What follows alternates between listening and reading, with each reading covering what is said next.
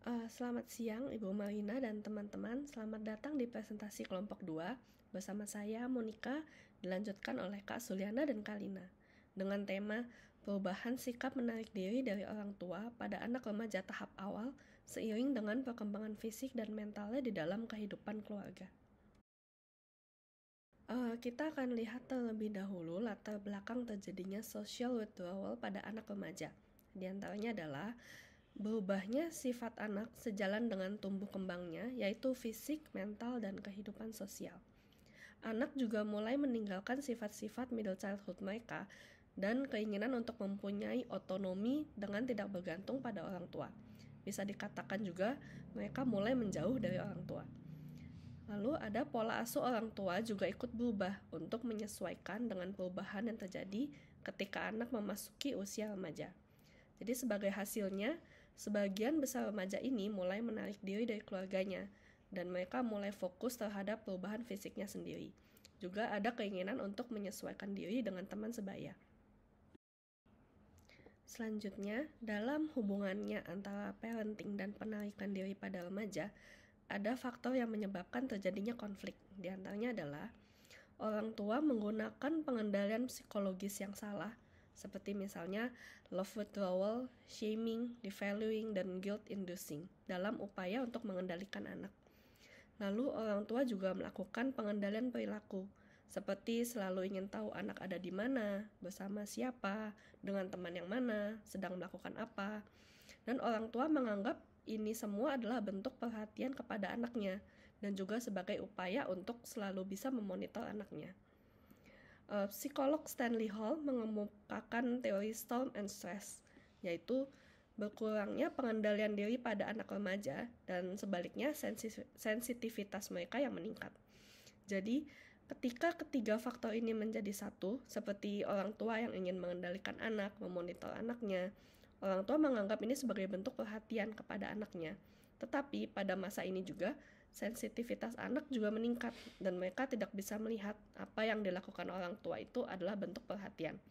Dan semua ini adalah faktor yang mempunyai pengaruh munculnya konflik di dalam keluarga.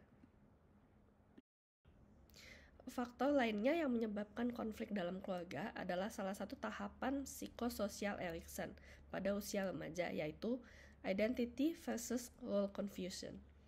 Konflik internal yang banyak terjadi adalah pertanyaan who am I? Siapa saya? Pada masa ini, remaja mulai mengeksplorasi kebebasan individu mereka dan mengembangkan identitas pribadi mereka. Hal ini juga menyebabkan adanya power struggle dengan orang tua.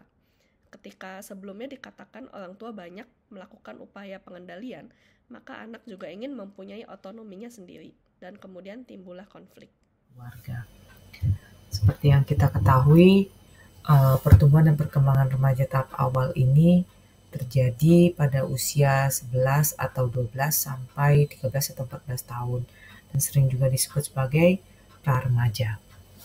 Pada tahap pra-remaja ini berlangsung sangat cepat, kurang lebih sekitar 1 tahun perkembangannya, dan lebih disebut sebagai sering disebut sebagai fase negatif. Tingkah lakunya juga cenderung negatif. Fase yang sukar untuk hubungan komunikasi antara anak dan orang tua. Terjadi juga perubahan hormon yang menyebabkan perubahan suasana hati yang tak terduga yang sering kita sebut sebagai moody. Pada pertumbuhan fisik remaja tahap awal ini kita lihat pada laki-laki itu suara semakin serak, ejakulasi pertama, meningkatnya ukuran penis, hormon testosteronnya meningkat, awal tumbuh sekitar umur 10 atau yang paling telat itu sekitar 13 tahun. Dan ada penambahan tinggi dan berat badan, tumbuh rambut juga di daerah kemaluan, wajah, dan ketiak. Pada perempuan, perubahan bentuk buah dada, pembesaran pinggang, panggul, rambut kemaluan juga tumbuh, dan pada ketiak juga tumbuh. Menstruasi itu pertama, hormon estrogennya juga meningkat, awal tumbuhnya itu sekitar 9, paling telat 15 tahun. Terjadi juga pertambahan tinggi badan dan berat badan. Perkembangan sikap remaja pada tahap awal ini mempunyai rasa tertarik dengan lawan jenis, cemas dan tertekan jika ada kekurangan pada penampilannya. Dia juga sangat idealis, harga diri yang kuat, ekspresi kegirangan juga tampak nyata kalau mereka sedang bahagia, dan keberaniannya yang berlebihan, sehingga tidak terlalu memikirkan resiko nantinya bagaimana. Mereka juga sangat membutuhkan teman sebaya ya, pengakuan dari teman-teman sebayanya gitu. Jadi terkadang apabila teman-temannya bersikap positif ya anak-anak juga akan bersikap positif. Pada tahap remaja awal ini juga perubahan sikap-sikap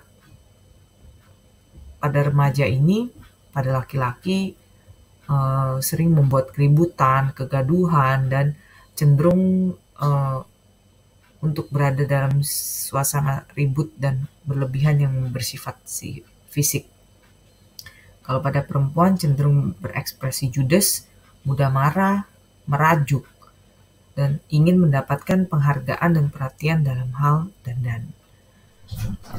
Yang terakhir, solusi bagi orang tua dalam menghadapi perubahan sikap pada remaja ini yaitu memberikan kelonggaran aturan, pujian, apresiasi, kasih sayang, dan membuat mereka percaya diri, serta bekerja sama dengan pendidik atau guru. Dan terus belajar menerima anak apa adanya, dari segala kekurangan dan kelebihannya supaya anak dapat merasa aman dan nyaman berada di lingkungan sekitarnya dan tidak masuk ke dalam perbuatan yang melanggar hukum.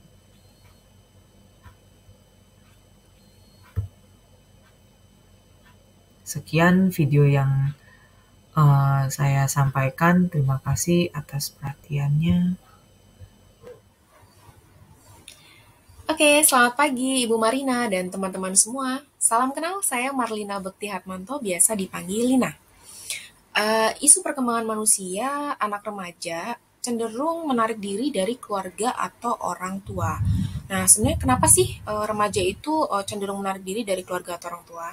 Jadi, setelah kami mereview jurnal, bahwasanya remaja itu menganggap orang tua atau keluarga itu sebagai penghalang dari kebebasan mereka gitu. Nah, kebebasan apa aja nih gitu kan? Kebebasan dalam hal berpendapat, pengambilan keputusan, problem solving, bahkan berperilaku gitu. Anak remaja itu cenderung lebih nyaman ketika bersama teman sebayanya.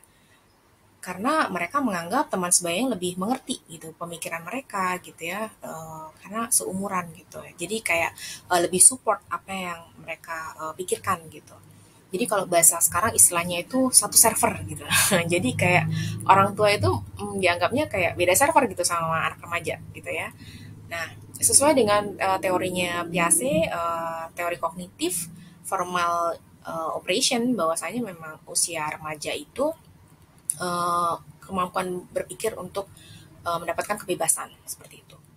Nah, terus ada juga terkait remaja itu cenderung emosional ya, jadi susah untuk mengontrol emosi gitu, bahkan terkadang moody gitu ya, karena memang dari limbik sistemnya juga belum berkembang sempurna gitu ya, ditambah lagi prefrontal atau executive functionnya juga belum berkembang sempurna gitu, sehingga dalam hal penalaran, kemudian pengambilan keputusan, terus berpikir logik juga gitu ya, untuk YY analisis juga belum bisa sempurna gitu, maka cenderung remaja itu nekat gitu untuk pengambilan keputusannya.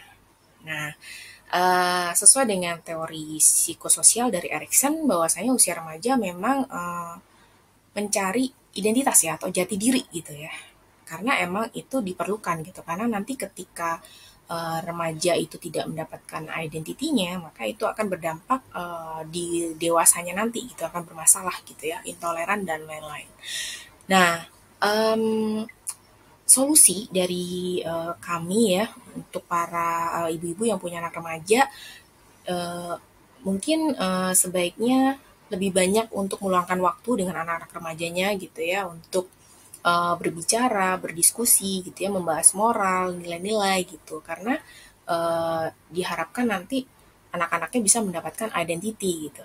Nah, sesuai dengan teori Baumrin juga, jadi lebih baik orang tua itu menggunakan pola asuh autoritatif. Jadi anak-anak tetap bisa explore sesuai dengan apa yang ada di pikiran mereka dan kita sebagai orang tua juga tetap melakukan pengawasan gitu agar anak-anak tersebut tidak salah langkah di kemudian hari.